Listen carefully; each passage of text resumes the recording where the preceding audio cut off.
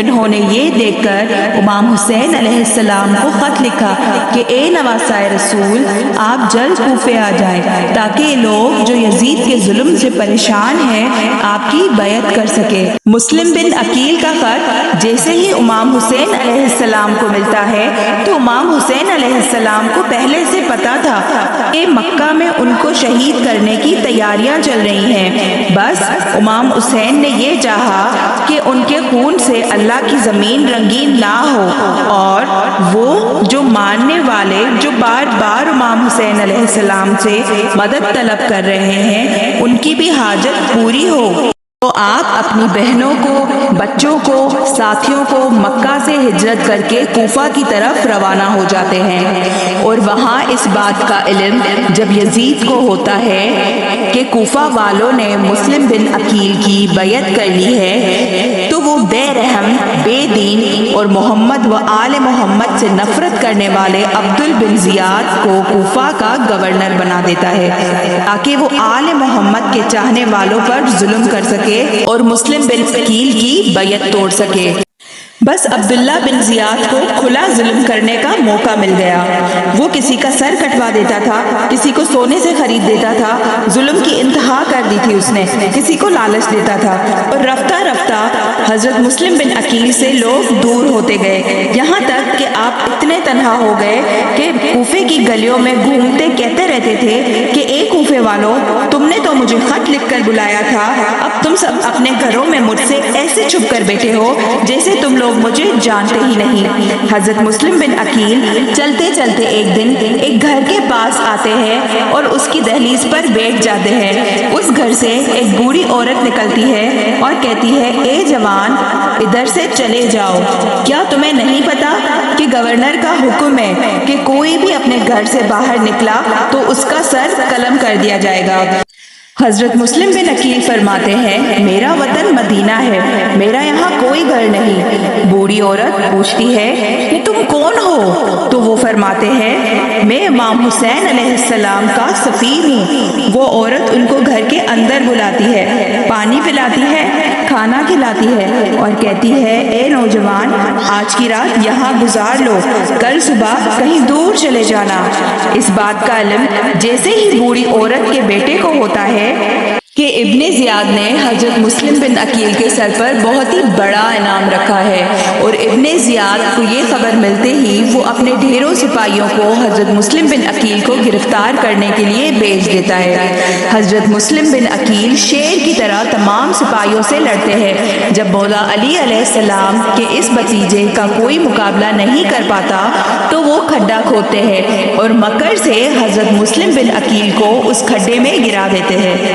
آپ کو گرفتار کر کے جیسے ہی ابن زیاد کے پاس لاتے ہیں، ابن زیاد ہنس ہنس کے کہتا ہے کہ اے مسلم، دیکھ، آج ہم نے تمہیں گرفتار کر لیا، عنقریب ہم تیرے امام کو بھی شہید کر دیں گے۔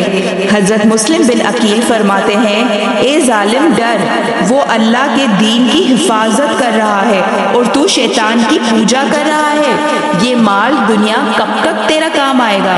عنقریب تو بھی مر جائے گا، یہ تیرا دبدبہ مرتبہ ختم ہو جائے گا، اور اس قبر میں سوائے تمہارے اعمال کے اور کچھ نہیں ہوگا۔ وہ ہنس ہنس کے کہتا ہے، ہم ان باتوں کو نہیں مانتے، اور کہتا ہے، اے مسلم، اپنی کوئی خواہش ہو تو بتا۔ حضرت مسلم بن عقیل فرماتے ہیں، میری ایک ہی خواہش ہے کہ میرا یہ پیغام مولا حسین علیہ السلام تک پہنچایا جائے کہ وہ کوفہ نہ آئے۔ کوفہ کے لوگ بہت بے وفا ہے۔ ابن زیاد اور اس کے دربار والے ہنستے رہے اور مسلم بن عقیل کو دارا الامار کی چھت سے گرا دیتے ہیں۔ جیسے ہی آپ شہید ہوتے ہیں تو آپ اپنے امام کو سلام کرتے ہیں اور فرماتے ہیں، اے میرے مولا حسین، اپنے غلام کا آخری سلام قبول ہو۔ امام حسین علیہ السلام مکہ سے کوفہ کی طرف روانہ ہوتے ہیں۔ آپ کو راستے میں مسلم بن عقیل کی شہادت کی خبر ملتی ہے کہ کوفے والوں نے آپ کے سفیر کا ساتھ چھوڑ دیا ہے اور حضرت مسلم بن عقیل کو دارا الامارہ کی چھت سے گرا کے شہید کر دیا ہے۔ اس وقت آپ کوفہ اور مکہ کے درمیان سفر کر رہے ہوتے ہیں۔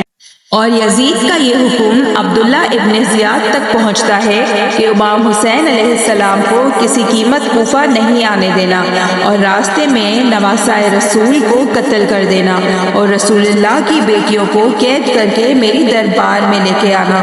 بس ابن زیاد خود کو تیار کرتا ہے اور اس فوج کا سپر سالار حر ابن رہائی کو بناتا ہے اور یہ کہتا ہے کہ جاؤ حسین کو ڈھونڈو، ان کو کوفے پہنچنے نہیں دینا اور جہاں حسین ملے اس سے یزید کی بیعت لینا، اور اگر بیعت سے انکار کرے تو اس کا سر کاٹ کر ان کی بیٹیوں اور بہنوں کو قیدی کر کے شام کی طرف لے کے جانا۔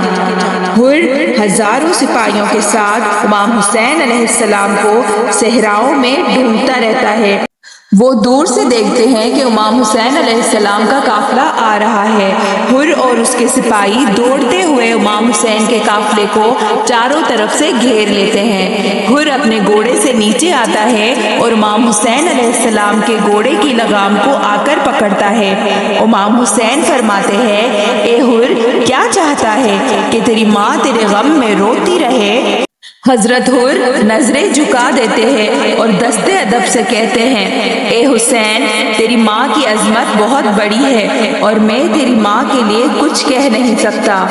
امام حسین علیہ السلام مسکراتے ہیں اور جناب عباس سے کہتے ہیں، اے عباس حر کے ہونٹ خشک ہیں اور اس کے تمام سپاہی پیاسے ہیں اور جانور بھی پیاسے لگ رہے ہیں۔ عباس اپنی مشق سے ان سب کو پانی پلاؤ۔ جناب عباس حر اور ان کے ساتھیوں کو پانی پلاتے ہیں۔ جیسے ہی پانی پی کے وہ سب بس کرتے ہیں تو باقی پانی ان کے جانوروں کو پلاتے ہیں۔ حضرت حر نے جیسے ہی امام حسین علیہ السلام کا یہ اخلاق دیکھا تو آپ امام حسین علیہ السلام کے پاس آ کر عرض کرتے لگے، اے نواسۂ رسول، یزید اور اس کے ساتھی آپ کو قتل کرنا چاہتے ہیں۔ میں آپ سے گزارش کرتا ہوں کہ آپ یہاں سے کہیں دور چلے جائیں۔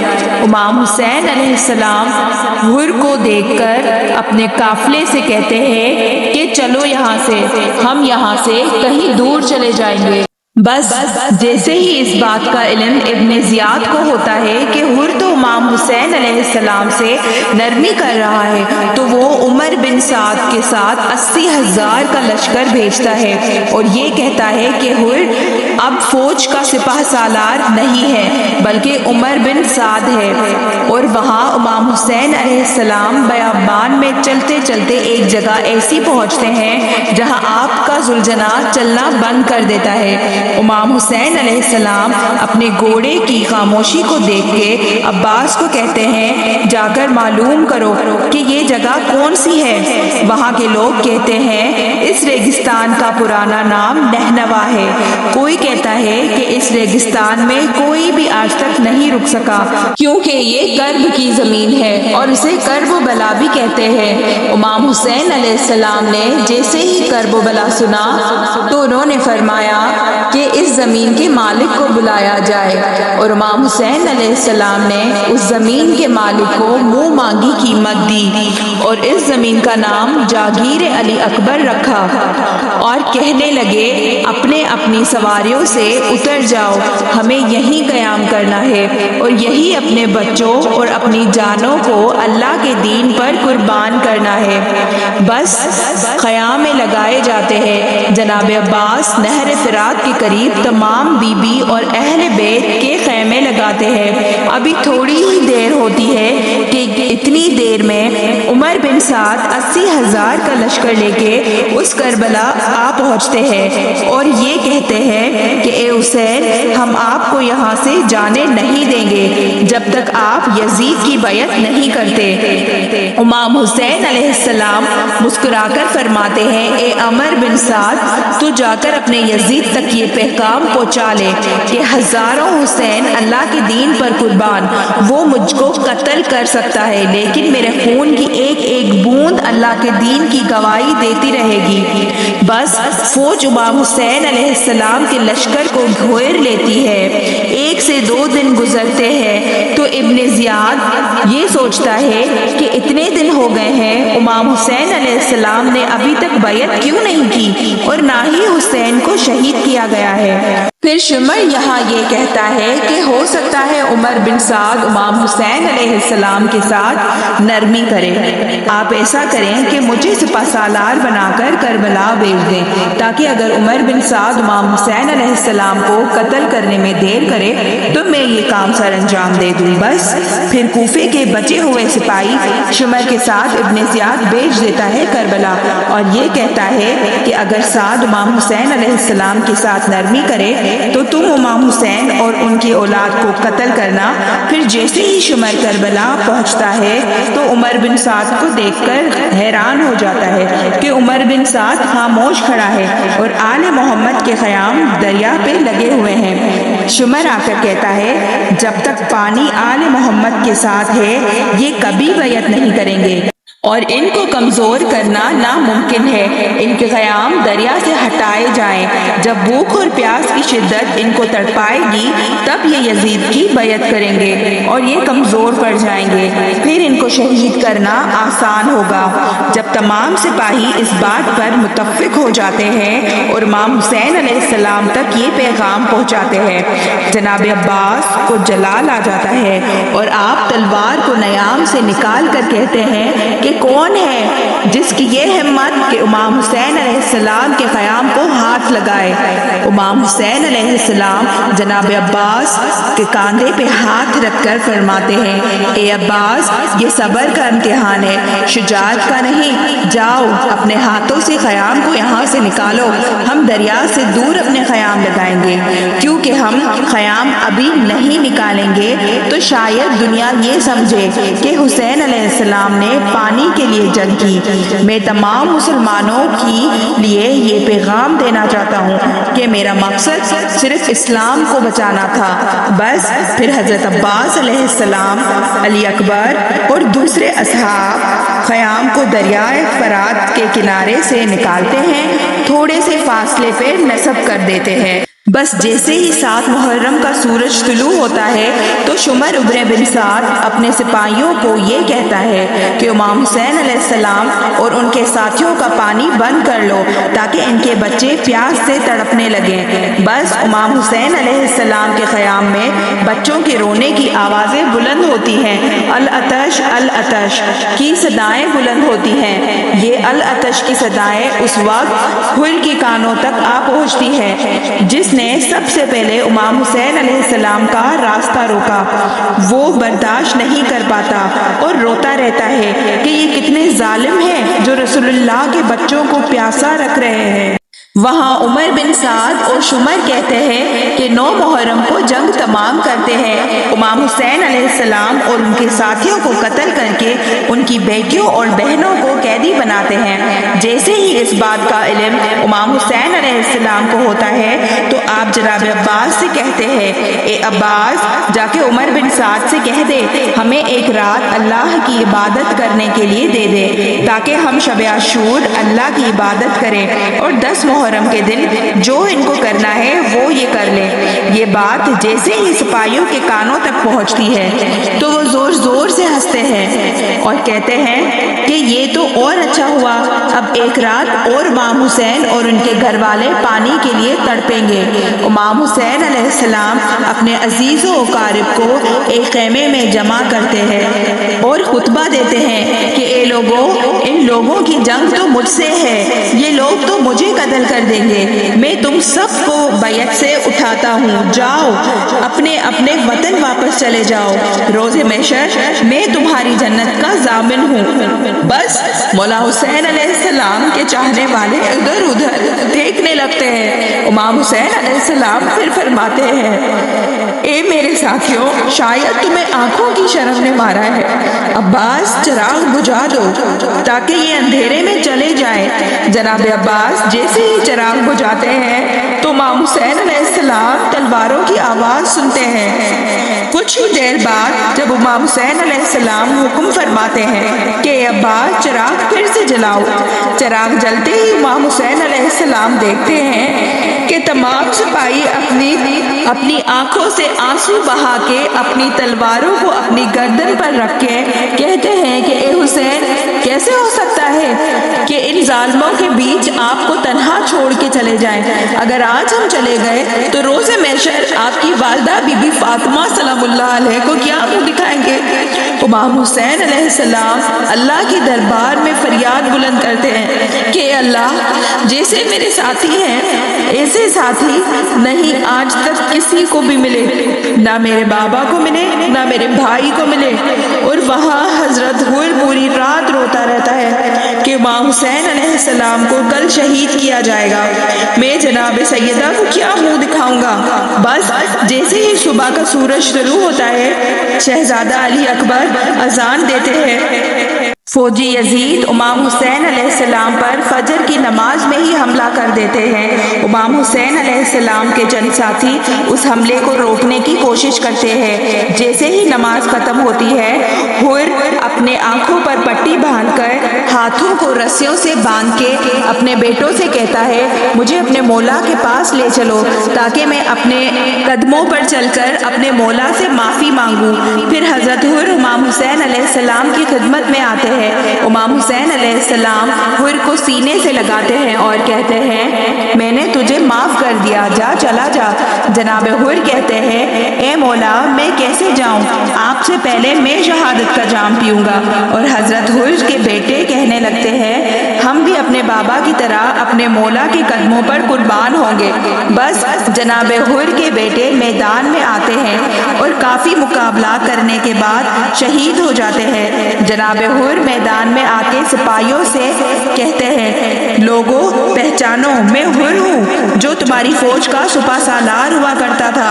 توبہ کرو، ابھی بھی وقت ہے، یہ نواسہ رسول ہے، اس کو قتل کرنا دنیا کا بدترین عمل ہوگا، قیامت تک تم پر لعنتیں برسائی جائیں گی۔